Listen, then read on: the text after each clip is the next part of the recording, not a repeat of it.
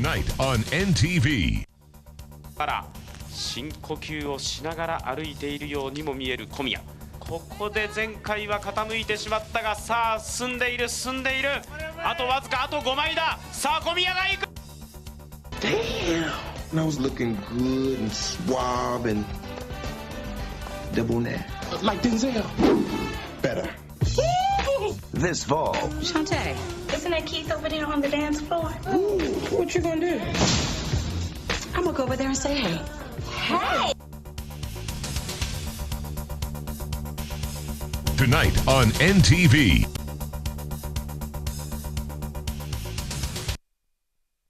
Hey, part knowledge, wait a minute. Surprise. 2, 3. Wayland, down.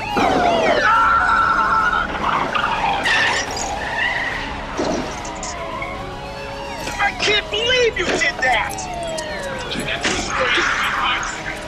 Out of the car! Come on, air on your hands! Do you share the school of thought that there is a mess in the opposition currently in the country? I think that the opposition in Uganda, I don't know whether to say they punch above their weight. No holds barred. Opposition parties in Africa do not tend to be constructed around policy differences. FDC lacks a glue to hold its coalition of different power-hungry individuals together. Incisive. You see, the NRM is more divided internally than the FDC. The advantage with the NRM is it has political power. Analytical. I think that one of the best organized political parties in Uganda is the PPP, the People's Progressive Party with Ansari. This idea that everybody is peddling around the world that Africans are poor and they cannot contribute to their own political and social emancipation is crap. In fact, I think that the opposition parties in Uganda have to win an election in an unfair and unleveled ground. News Night with Andrew Mwenda. And action. Hello, Sophie. What plot? I'm on set shooting an advert. No, first wait. There's this sweet deal from Uganda Telecom. Corporate mega bonus. Just pay 15,000 and you talk for the whole month. UTL to UTL. Yeah, mobile and landline. You talk. And enjoy a 40% discount on calls to other networks. Dial *140# and get unlimited talk from only Uganda Telecom. So you were saying I do what? Uganda Telecom, Uganda's most affordable telecom service.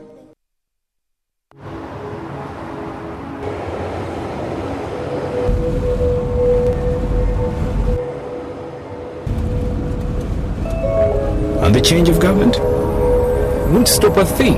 I've run out of fingers counting the number of multinationals setting up here. What about the 3 companies that announced their plans to launch last week? I say they're shortly. Me, I'd be looking to sell. At what price? More. Much, much more.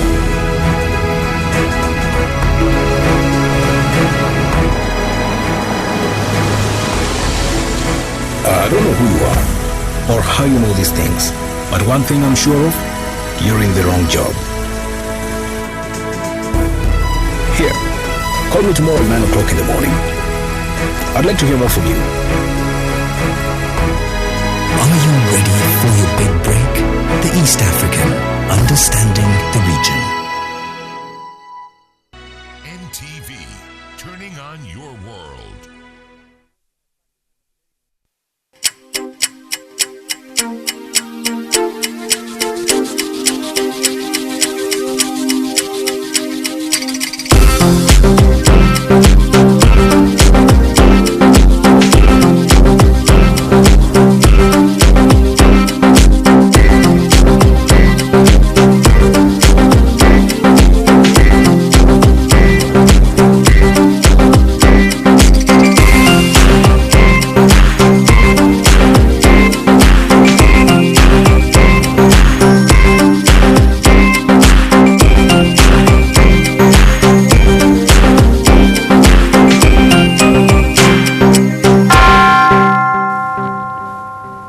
Good afternoon, I am Rachel Arinit and a very warm welcome to NTV at One. We'll start by taking a look at the headlines.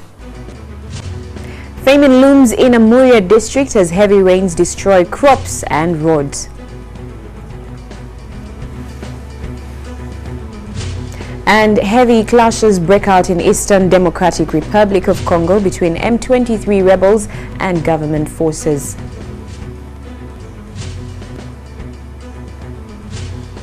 Plus, Sula Segawa and Fred Muhumuza step up their training ahead of the WBF Africa qualifiers in Kampala.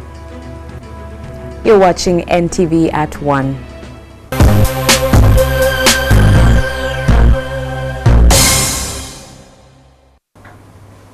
Welcome once again. Hundreds of residents of Amuria district have been displaced after torrential rains pounded 5 villages, leaving a trail of destruction in its wake. Many of the displaced locals have been forced to seek refuge in schools to escape the raging waters. Over 140 people have sought shelter at Nyada Primary School in Kapelebyong sub-county in Amuria district following the heavy downpour. The number keeps coming up because people keep coming on daily basis. We are now using 4 classrooms for teaching. And we are just combining 2 classrooms in one, 2 classrooms in one. Many homes were filled with floods and some houses collapsed. The raging floods didn't spare the crops either, leaving many fields rotting. It affected very many things like cassava, houses, and actually compounds. Several schools have been taken over as shelter for the flood victims. The district OC5 chairman says over 60,000 people have been displaced since the torrential rain started pounding the district. This was a granary, it has collapsed. You've seen all those huts, they've collapsed. You've seen the other one has collapsed. Food has got rotten in the gardens, especially cassava. When you try to uproot it, you find that the tubers are all rotten. Potatoes are spoiled in the garden, so it is really a disaster. And now the people in this village have all moved to the trading center. The most affected sub-counties are Kapelebyong, Obalang, Ochoa, Asamuk, Abelire, and Amolia. The district's low-lying position has left the area a catchment of all the runoff from places as far as Karamoja. The situation is made worse by the non-functioning valley dams in the area. The rainy season has just begun and the problem could escalate if nothing is done soon. The head of peace building at the Uganda Joint Christian Council is accusing the government of condoning corruption. Canon Joyce Nima wants the government to focus more on improving the well-being of Ugandans instead of what she called dwelling on structures and systems of governance. The head of peace building in the Uganda Joint Christian Council, Canon Joyce Nima, blames the government for failing to curb corruption that has led to the loss of billions of taxpayers' money. The church leaders who graced the launch of the strategic plan of the Fellowship of Christian Churches in the Great Lakes region and Horn of Africa want to be involved in the fight against corruption. The issue of leadership, the issue of corruption, we did recognize that in the face of corruption, the structures will not be useful, the systems will not be useful. There is now urgent need for the church leaders to engage directly with the top leadership in our various countries. Billions of shillings were last year cut by donors from the European Union after a massive financial scam was unearthed at the office of the Prime Minister. Rionga Solomon Hans, NTV. The staff of the East African newspaper have lent a helping hand to a disabled man who has for long been begging along Parliamentary Avenue. The disabled man, Ivan Sentongo, who has for years been seeking to earn a living, may now have his dream realized with the kind gesture extended by the team from the East African newspaper. With me I have Mr. Ivan Sentongo. Formerly Ivan Sentongo was a destitute on the streets, and we were touched by his plight. We found him always lying down on the streets begging for money. And the staff of the East African asked him, what would you want to do?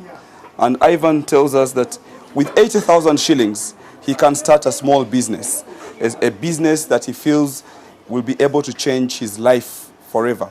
So we came together as a group of staff, we're about 30 staff, and said, let's change Ivan Sentongo's life. Ivan has a family and he has a set of twins. But unfortunately for him, he's been unable to provide for his family. So out of that plight, we decided to give him some money. Ivan says he's going to be able to start a business of selling charcoal. And out of that business, he'll be able to support his wife and twins. My appeal is to people out there, corporate companies. We normally see these destitutes on the street, but what have we done? What do we do, or do we just pass them by? My appeal is for everybody to come out and be able to help people like Mr. Ivan Sentongo to change their life. An act of kindness by the East African newspaper. Now, just days after his graduation at Winchester University in England, our very own Rosemary Nankabira sat down with the Toro King, Oyo Nyimba Kabamba Iguru IV. He spoke about his aspirations for the kingdom and marriage. King Oyo, first of all, congratulations on your graduation. A BA in Business Management from Winchester University is no mean feat, so congratulations. Thank you. Now, let's dive in. How has the university experience been for you? My university experience has been very, very good from the start. Of course, it has its challenges, but you know, that's part of university life. I've been able to cope with all the challenges, whether if it's academic challenges or whether if it's anything else, really. When you got here, first of all, it was the first time away from home, and from everything that is familiar, the food, the people, the way people speak, the language, everything was completely different. Was that a big cultural shock for you? Let's just say I'd already counted this place as a second home because I spent some of my childhood here back then. And the people here are very, especially at my university, they're very welcoming people, humble people, very friendly. So I got on well with the people that I lived with in my apartment. Being away from home, of course, that was different, but of course I coped with it, and actually it took me a few days just to cope with the university life, so I wasn't really that affected. Did the people at your university know that you were a king and your status, and how did they treat you? Some got to know, not everybody though. How they got to know, I don't really know, because they just asked me point blank about my status. And of course, you know, I told them that yes, I am a king back home. And but other than that, really, they treated me just like any other student. So it was easy for me to get on well, get on with everybody else. What have been the biggest challenges for you as a student? There are many challenges. What do you think have been the biggest for you? Having to work on my class projects, and as well as working on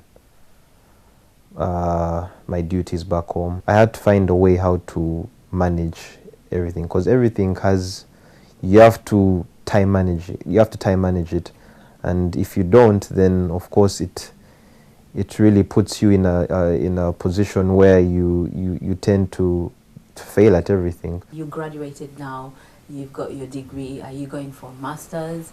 Are you going to now take over your kingdom duties full-time? What's the plan? At this stage, I'm looking at going back home and you know, at least try and settle down there and get on the ground running in terms of my responsibilities, because you know, in the past when I was still here and studying, it has been a bit on my other side, on the working side, it kind of affected the kingdom because I wasn't there. What are the major issues you're going to be tackling first off? Number one, I would say education. Education is very, very important for the youth. And number two, I would say healthcare and domestic violence. Those are the things that I am looking at, and as well as development in the kingdom. What is your 5-year plan in terms of personal development, in terms of kingdom development, and also in terms of the fact that you are the king of Toro, and your subjects expect you to present them with a wife at some point? So about the wife, well, for me, I think I believe everything has its own time, and whenever the wife arrives, the wife will arrive. I don't really have control over that. Of course, right now, I'm still a young man, and there's some things that, of course, I'd like to accomplish, like I've stated before, for the kingdom. You're not like every ordinary person, in the sense that you did not really need a degree to do what you have to do. Why did you feel the need to pursue a degree? I didn't really come to the UK to pursue a degree just so that I can get a job. It was more to understand and to expand my knowledge. Of course, I have a job, but you need a level of understand, a level of knowledge to manage how things work in the kingdom. And the course that I did was specifically for that, because it had all the things of time management. You learn about finances, you learn about such things, because all those things, they lie into what you're doing. How do you feel connected with the youth in Toro? There are a lot of things that that they have gone through that I have also gone through, because of the similarity in age. Like? Things, I'd say, peer pressure, such things, having to, to be in certain groups where you feel like you feel that pressure. You want to be a role model to them, but at the same time, the things that also try to drag you back, because, you also want to be that kind of youth that you can try to at least be similar to all the young people. I always try to encourage the young people, not just even in Toro, but even in Uganda, to continue with their studies, to push harder, to work harder. For me, I try to surround myself with friends that have, with people that have at least, that aren't a bit wild, or that at least have goals that they want to achieve. It's all about the people who you surround yourself with. While you've been here, what has been the biggest support for you? What has been the thing that kept you going, even on those very difficult days, which sometimes we have? I'd like to thank His Excellency, the President of Uganda, Yoweri Kaguta Museveni, for being there as an advisor, and somebody who has supported me as well, and my sister,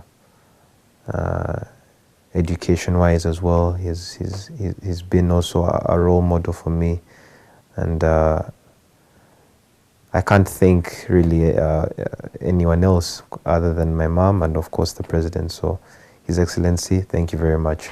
Toro King there on what next after his graduation at Winchester University in England. Moving on, a woman in Busia district has been pronounced dead after being involved in a nasty fight with a woman she suspected of having an affair with her husband. The fight was reportedly sparked off after the deceased woman found her husband in a bar with his lady friend. The suspect is currently on the run, but the police are holding the woman's husband in Majanje police station to help with investigations.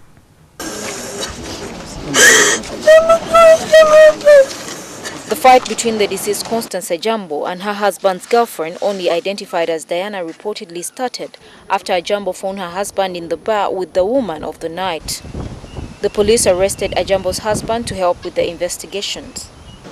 Because the husband had a girlfriend, their friendship has taken some time, and now this one went there.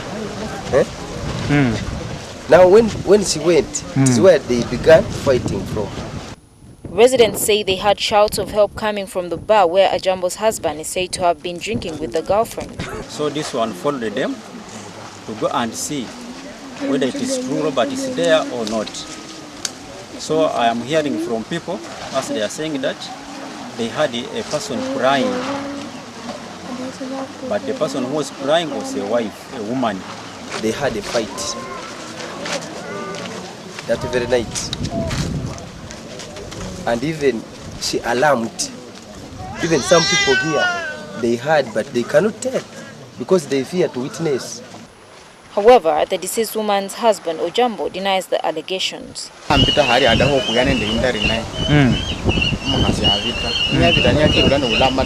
Ojambo, who is being held at Majanji police station, will later be transferred to Busia police station for investigations. He had been married to Ojambo for 8 years with 3 children. Police are waiting for the post-mortem report to establish the cause of the death. Well, let's take a short break now. NTV at 1 continues in just a moment.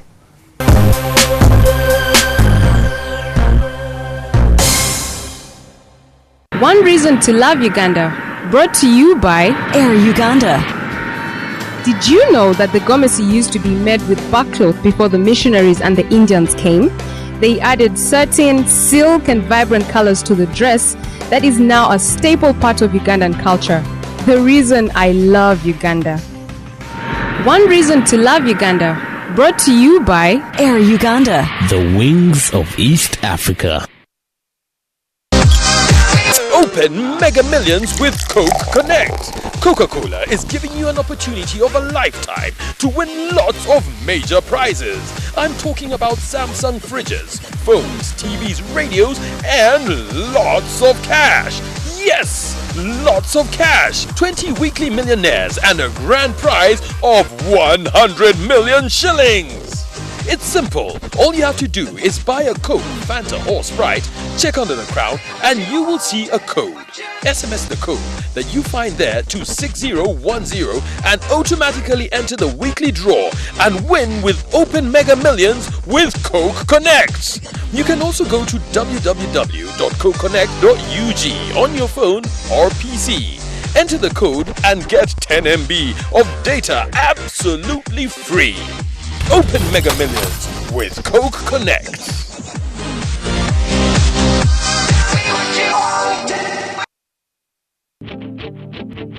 On the next episode of Tuwaye with At Orange, it will bring you 4G LTE internet. You're on the move.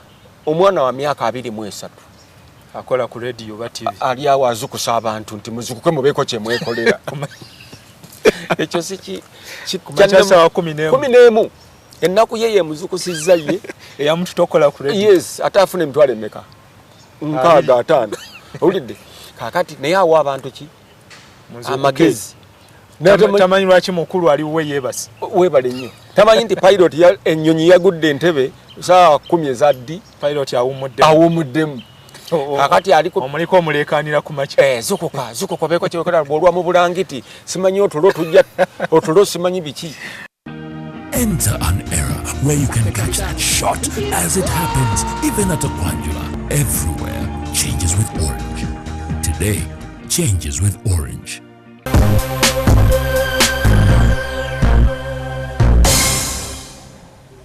Welcome back from the break. On the international scene, heavy clashes have broken out in Eastern Democratic Republic of Congo between M23 rebels and the army, and Germany says it will be sending its top intelligence chiefs to Washington to push forward a probe into allegations of U.S. spying on its leader and citizens.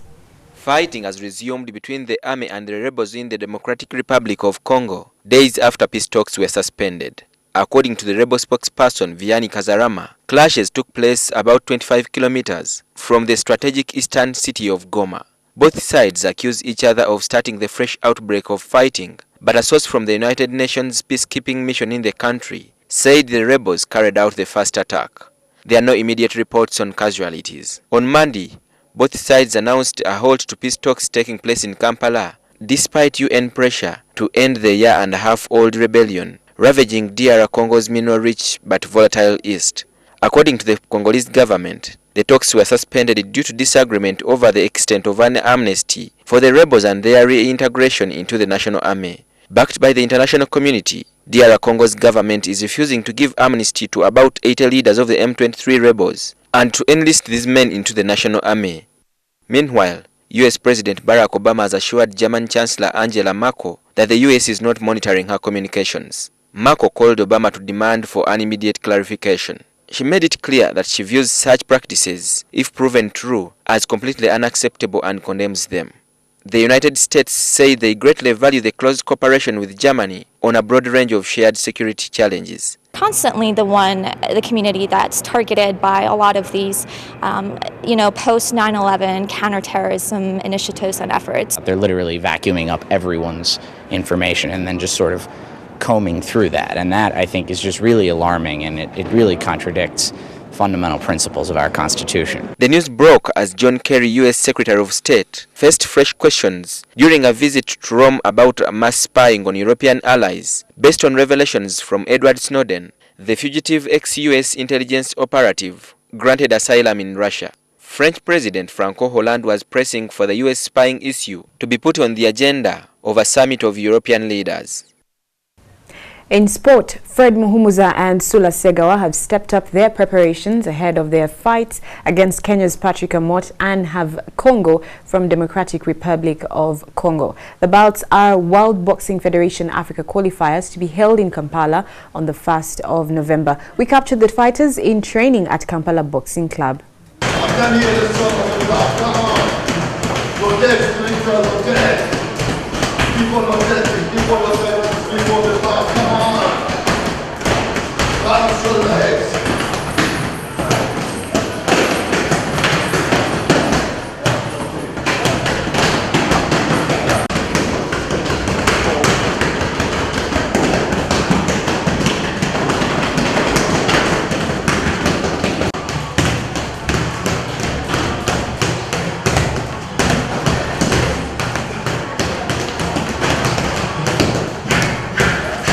The boys are ready, the boys are fit, the boys are in position of fighting. Because they are fighters, they have to be ready each and every time. You always keep yourself in the gym expecting to fight as you're a fighter. So they're gonna fight, they're gonna show a good show. Each and everybody is invited to come and watch the show.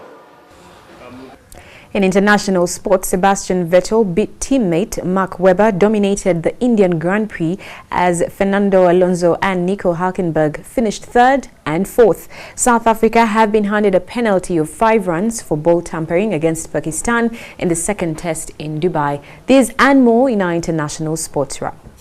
Sebastian Vettel headed teammate Mark Webber in the final practice as Red Bull continued to dominate the Indian Grand Prix weekend. The two men have been first and second in all the 3 practice sessions, and on pure pace, Red Bull appear to be on a separate level from the rest. Ferrari's Fernando Alonso was 3rd ahead of Sauber's Nico Hülkenberg as the Lotus and Mercedes cars struggled. Lotus's Romain Grosjean was 5th and Mercedes' Lewis Hamilton 10th. Ferrari's Felipe Massa was 6th ahead of Force India's Paul de Resta, Mercedes driver Nico Rosberg and McLaren's Jenson Button. In cricket, South Africa have been penalized 5 runs for ball tampering during the 3rd day of the 2nd test against Pakistan in Dubai. Replays showed Faf du Plessis rubbing the ball over a zip on his trousers. That decision meant the umpires had decided the ball's condition had been changed contrary to the game's rules. It is expected the umpires will lay a charge against du Plessis to match referee David Boom after the day's play, with an immediate hearing to follow. In golf, Luke Guthrie extended his lead at the BMW Masters to 4 shots with a 1-under par 71 in round 2. The American matched his first round total of 5 birdies, but 4 bogeys. But 4 bogeys checked his progress in Shanghai as he reached the halfway on 8-under. England's Paul Casey, Simon Dyson and Scotland's Craig Lee and Scott Jameson are tied 2nd on 4-under. Rory McIlroy, Lee Westwood and Ian Potter are among a group on 1-under. And that's all we had for you on NTV at 1. I am Rachel Arinitwemwine. Enjoy the rest of your afternoon.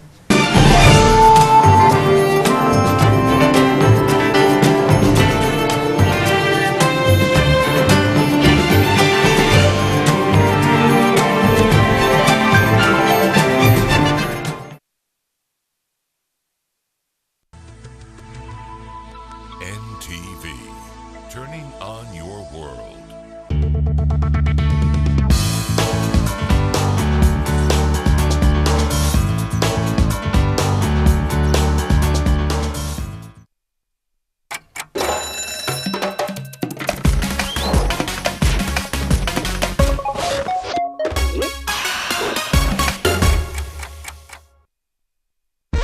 Diru yo! Mr. Mullet. It's time to go dancing in a